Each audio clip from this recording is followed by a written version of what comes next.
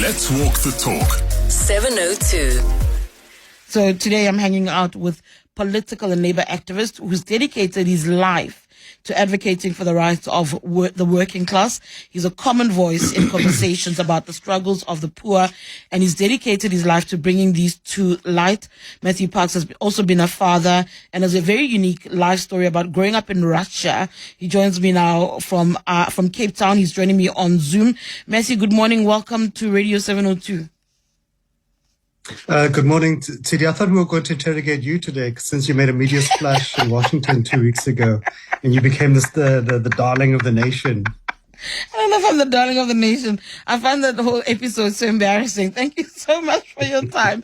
Matthew's voice, if you aren't familiar, if you listen to anything to do with these big events, if you listen to coverage around budgets and the likes, people often seek out the voice of somebody like Matthew Parks. As he's saying there, as I was saying earlier, he does represent a lot of worker interests and all of that. I had no idea you grew up in Russia. There's so much to try and dig and to make sense of who and what Matthew Parks is. Before I even ask you what your day-to-day role entails, where were you born? I understand that you grew up in Russia, but let's speak about the very start. Okay.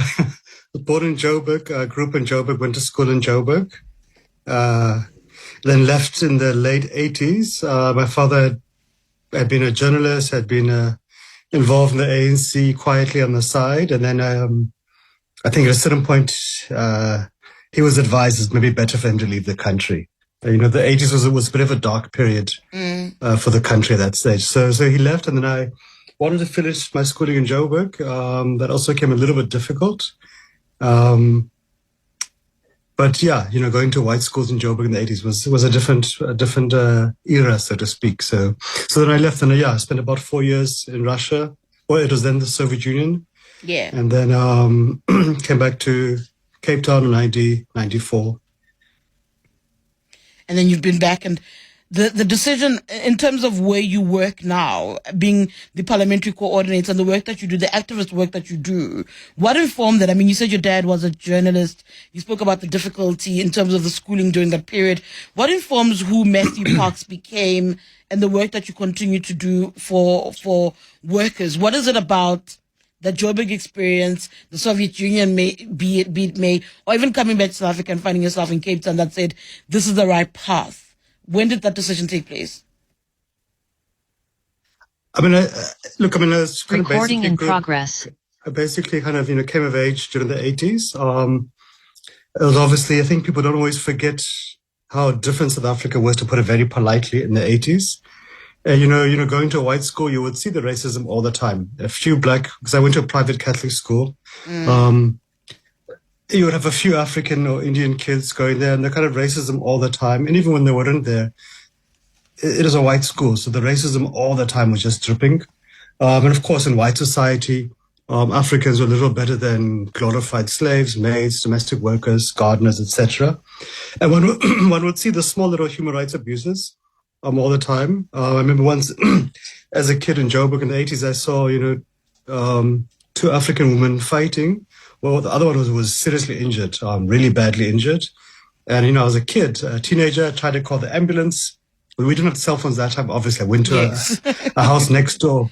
And the white owner, a woman, answered, the mother of the house.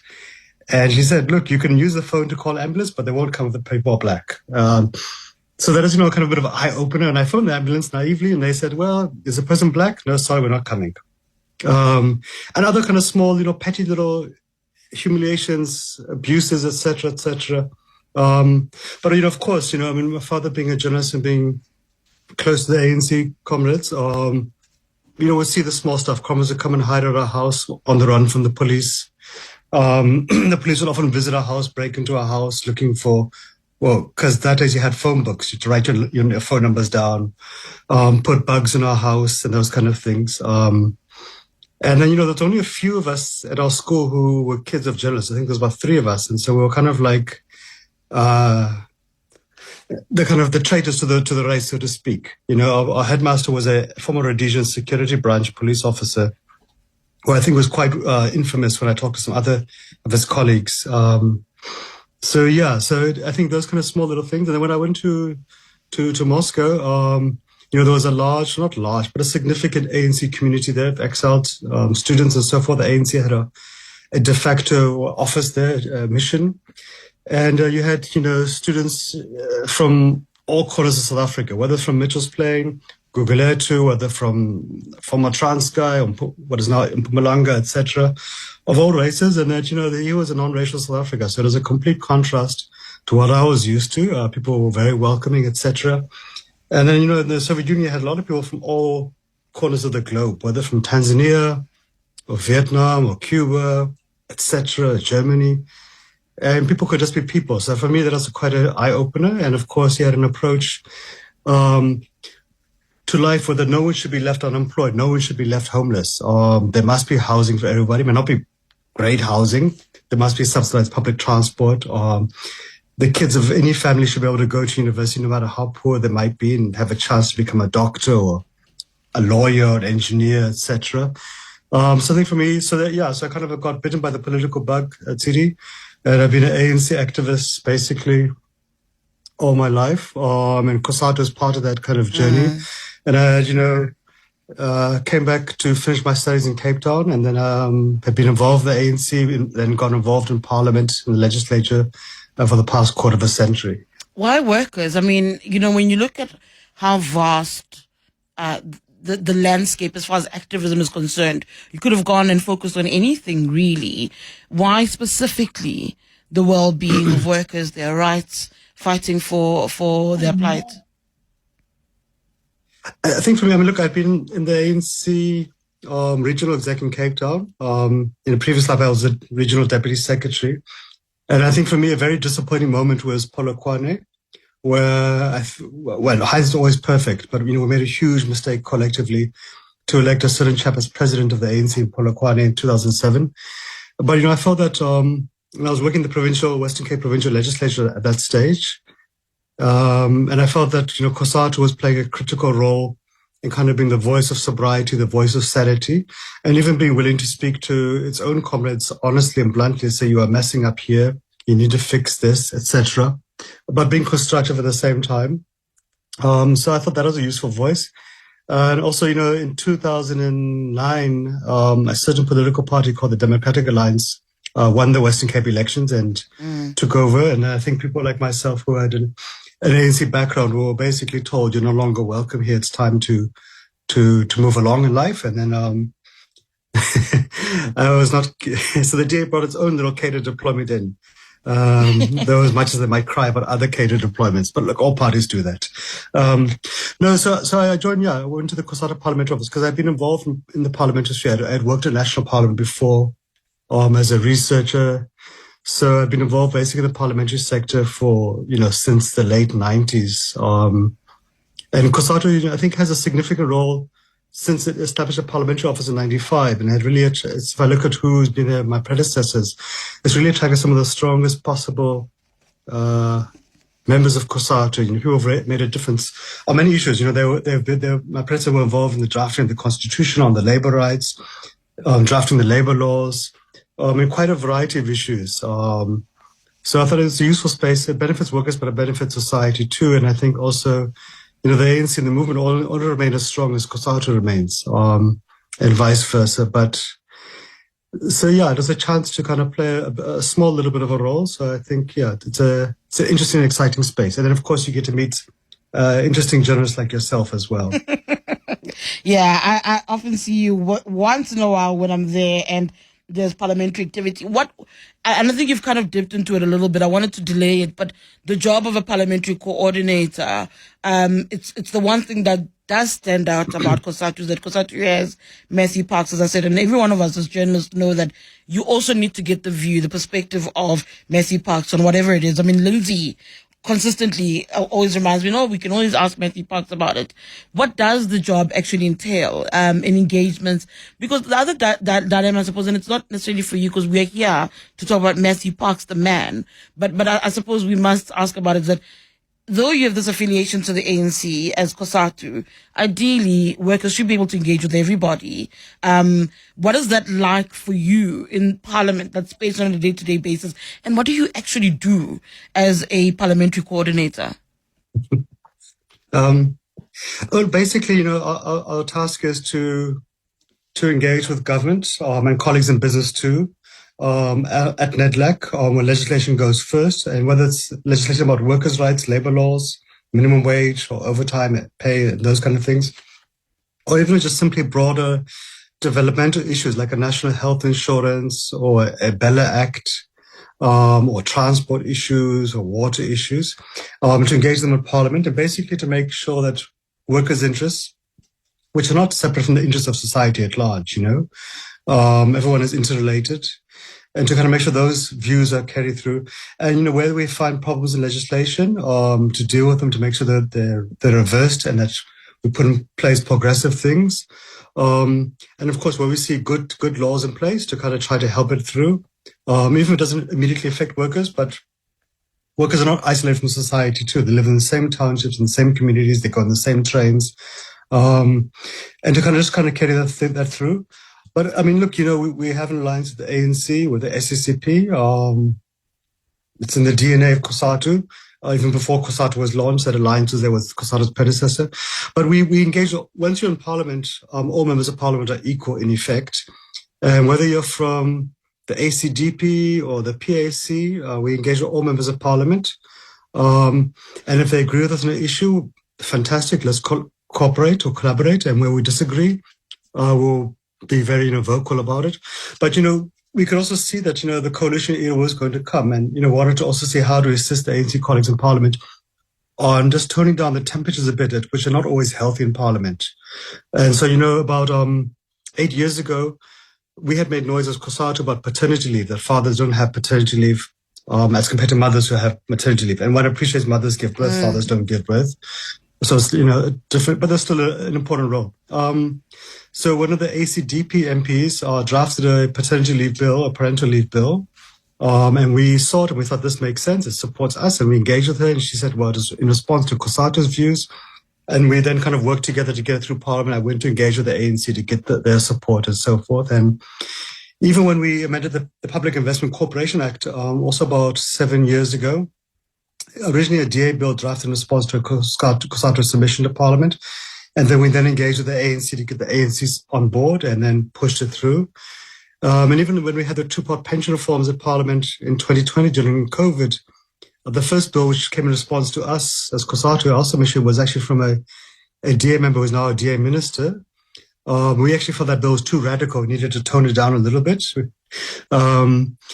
And then we had to spend about a year and a half convincing the late Tito Mboweni, the former Minister for Finance, about why we must support this and so forth. So I think, at times we can disagree. We can wear different T-shirts, or we have different ideologies, represent different constituencies.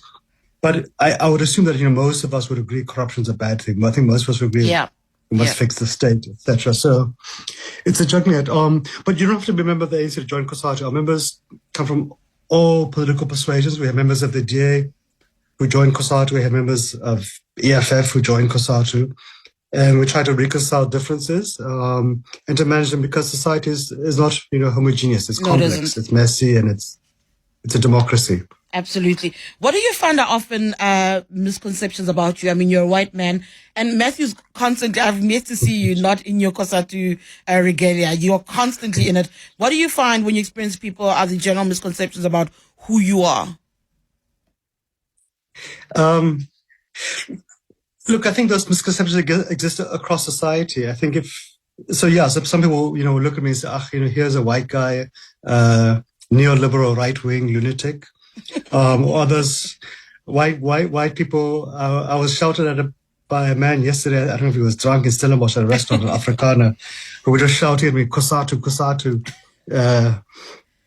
So you do get a bit of variety of kind of weird comments. But I think in most instances, South Africa is an incredibly tolerant, I think, understanding society, given where South Africa has come from, the trauma and the abuse. I think South Africa is a remarkably, inclusive society with all of our scars of apartheid. one can't, massage them too much. But look, it's a juggling act. It's messy, but yeah, I think one mustn't pay attention too much to insults and criticism, because if you look at, Twitter, social media these days, even if the president was to offer the entire nation free KFC lunch, people would insult him. So what about Nando's? I think we're in a little bit of a noisy, immature phase right now as a society. As I think if you look at social media, but I think the fundamentals are good, and I think coming from where we've come from, the dark days of apartheid, I think we made huge progress.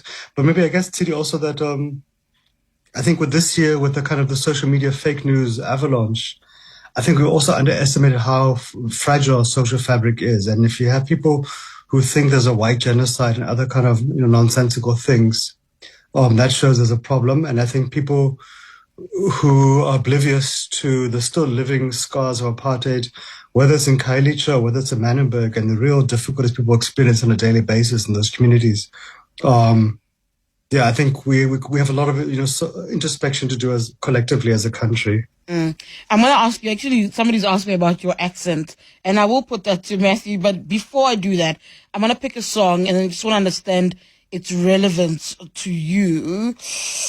Ooh, song. I avoid using Delaray. Anything but. We will go with Miriam Makeba's Aluta Continua. I'm going to play one of your favorite songs for a bit, and then we'll chat about it.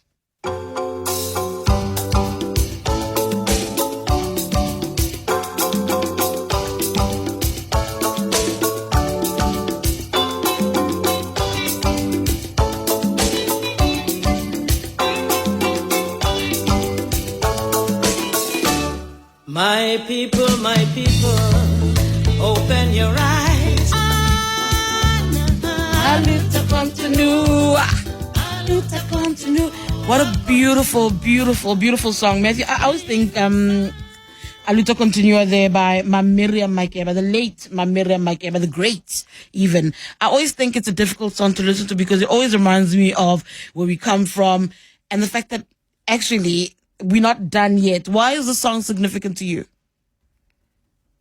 I think for a couple of reasons. One, obviously kind of coming of age, so to speak, the 80s. And then, music. South Africa's got an incredibly diverse pool of talented musicians.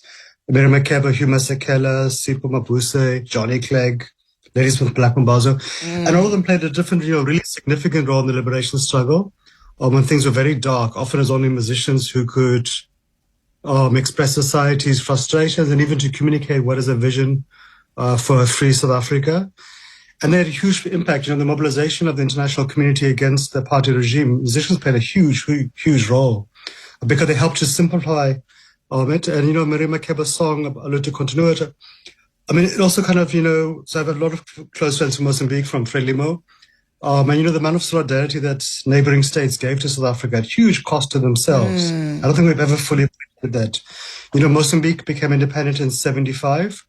And until 1993, it was subjected to one of the most brutal civil wars, which was basically funded by the former Rhodesian regime and then the apartheid regime. Samora Machel, I think many of us believe was assassinated in effect. And he gave home to many South African, many ANC exiles, Angola to Lesotho, Botswana, Zambia, and all, significant costs. And I think that's not often appreciated. But of course, how does one not love Miriam Makeba? But there were so many different songs of that generation. Chico Twala's We Miss You Manelo playing on Madiba. You couldn't say Madiba's word in the 80s. Yes, Manelo. And you had, Johnny Clegg, a white Jewish guy, a kid from Joburg, learning isiZulu, embracing, etc., mixing with jazz and so forth. So basically contrasting to the very ugly vision of apartheid to what could be a democratic, non-racial South Africa. Now, it played a huge, huge role. And it was way kind of really to excite societies. I was lucky in 1990 when Madiba came out of prison to be part of this ANC kind of organizing team, so to speak, at the concert in London. It was a reception concert from April 1990. He had all the artists around the world, all the the big names, and it was full to the capacity because it was symbolizing the world support South Africa, is mobilized, etc. So yeah, I think for me those are kind of like really classics, and it just shows you the potential of South Africa too, and that. I think we're spoiled for choice along a lot of these musicians. Yeah, I'm going to come back to you just after the headlines to continue with this conversation. We are hanging out with Matthew Parks, COSATU's parliamentary coordinator, and I think it's a conversation that you have to go back in time, right, to understand who the man is and the role that he plays. A lot of things steeped in history. There is a kanga, I think, at the background with former President Nelson Mandela's face on it. I want to know more about that. I've been looking at the books as well, Matthew. I want to know more about the books that you read. It's 10:31. All right, 10:52. The Hanging Out feature. We're hanging out this hour with COSATU's Matthew Parks. So, Matthew, I wanted to play an interesting song, but there are people who actually want you to listen to them, for you to get your flowers and to be celebrated. I think this voice that's going to come on now might sound very familiar to you. I don't want to say her name. I just wanted to first say hi, and you must take a guess. Hello, good morning. Welcome to Radio 702. Hello, Tshidi. Good morning. Thank you so much for letting me come on. And thank you. Hey, I saw you taking no prisoners. It was just so impressive. You said what the people who needed to be diplomatic couldn't say, and you said it all. Thank you. So I want proud Matthew of to you. figure out your voice. I'm looking at Matthew's facial expression to see if it's connected. Is it connecting yet, Matthew? I'd want to say it's Zanele, my colleague. Ding, ding, ding, ding, ding, ding. Well, we know it. Yes, it is. And go on. I just wanted to call and say Matthew has the biggest heart ever. You know, he is just so willing to pass on information, to mentor. I mean, I don't know if he even knows how many of us he's actually mentoring. He's got the biggest heart and a very mischievous sense of humor. As you have been giggling this morning, TV, it is such an honor, such a privilege to work with him. And I just wanted to say to him, thank you. Stay you. We love you. Thank you so much. Stay you. Thank you so much, Zanele. That's a really, really beautiful message there. She even tweeted just before the conversation started that this is a treat. She's really, really happy. Thank you, Zanele, for that message to Matthew. Before you even comment, Zanele, Matthew, you want to respond to her quickly? Zanele's left me speechless. she's too generous with the kind compliments, but it's appreciated. There's some voice notes that I want you to listen to. I want to play your song, but I want to give people a chance to speak to you first. Hi, Tshidi. Good morning to you and Matthew. To me, Matthew's voice is just too beautiful for a trade unionist. I can't believe, I don't know, he should be doing something like voiceovers or acting. Every time I hear his voice, I keep, this guy is not a trade unionist. Well, yeah, perception or whatever you call from me. Bye. Hi, Tshidi. Thank you so much for a great share. I'm having a laugh here listening to my colleague, my comrade Matthew. Lehoa Labra Sox, GS Wako COSATU.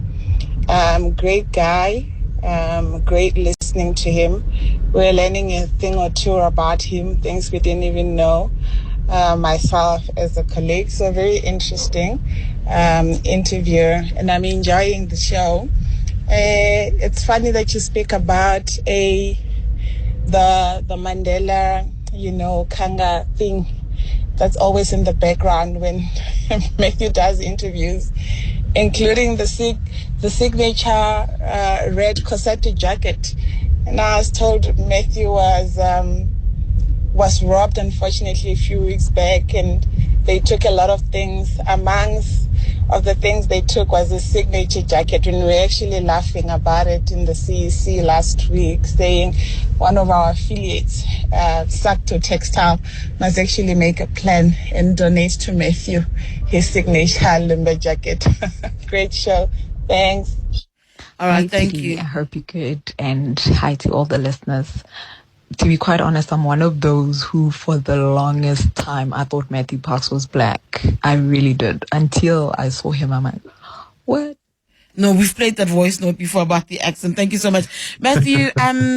Just so much love. Like, I love when people are appreciated and people communicated. I don't know. I do know, actually, let me not lie, how difficult it is to receive it. Your posture, the work that you do, that it is being seen. That's what she said. Like, that kind of outpouring, and when people see you. No, it's positive. I mean, I think it's always positive. I think that's all one wants in life, is to make a little contribution. And then if some people receive it positively, I think that's good. It's a bit of a strange thing, because we also get lots of insults and claps and hate mail and so forth. But look, I mean, I think South Africa also, despite of all our noisiness, South Africa is a fantastic nation. It's a caring nation. I think that's what pulls us through every single time, that you have people who are really just trying to leave South Africa in a better place to, for tomorrow's generation to take over. And I think, it's chalk and cheese compared to how things were in the 80s, where it really was two different worlds. And white people were basically, living in paradise, and African people, well, best not to be seen and living in absolute, subjugation in the most brutal conditions. And compared to where we are today, it's a huge, huge difference. Not that we must be complacent. I mean, we've still got so much more we need to do as well. Mm. And then just very quickly, lastly, the question of legacy. I've run out of time, so I can't play. I wanted to play Waka Waka by Shakira. Abel is stopping me from playing it and asking you about it. It's such a random song on that list. But let's speak about legacy. What do you want us to remember about the work and the contributions of Matthew Parks? Well, in fact, the Waka Waka song, as my kids tease me about liking Shakira. But I just thought it was a fantastic song. During that World Cup time, I mean, who would have imagined South Africa was going to host the World Cup? Leave aside how we misbehaved in that Decade State capture on all those the dumb things we've done as a society. But, just symbols South Africa, the first African country to host the World Cup, and it was a world-class World Cup. So I think it's the kind of bar we should set ourselves to. And of course, who doesn't love Shakira? Maybe that's a teenager in me. I don't know. Look, for myself, the legacy must just be your kids. Did you do right by your kids, your family? Did you try to live up to the role model your parents set for you? I hope one has done that. Were you a decent human being? Hopefully, hopefully you made some small contribution to make society slightly better off. And I think people love to ridicule COSATU. They love to insult us, which is fine. We must take the punches. But I can point to, a lot of things we have managed to do, and all of them are not perfect. The fact that working with colleagues in government and business too, we managed to get, 65 billion rand roughly to nearly 6 million workers during COVID. We managed to get the two-part pension reforms benefiting about 2.5 million workers last year. Managed to get a minimum wage. And everybody is contributing different parts to this thing. Not one individual can claim sole credit, but I think as long as you're making society a little bit better today or tomorrow, and I think and I think I'm lucky, Tshidi, to work with colleagues in COSATU, in the ANC. I think work with colleagues in Parliament across party lines, in government and business colleagues, and I think you can really see South Africa's resilience coming out, and that's why I'm always optimistic. My colleagues think I'm a bit too optimistic, but I remain optimistic despite our blunders. I'll take that one. Thank you so much. That's Matthew Parks, and that brings us really to an end of the Hanging Out with Matthew Parks.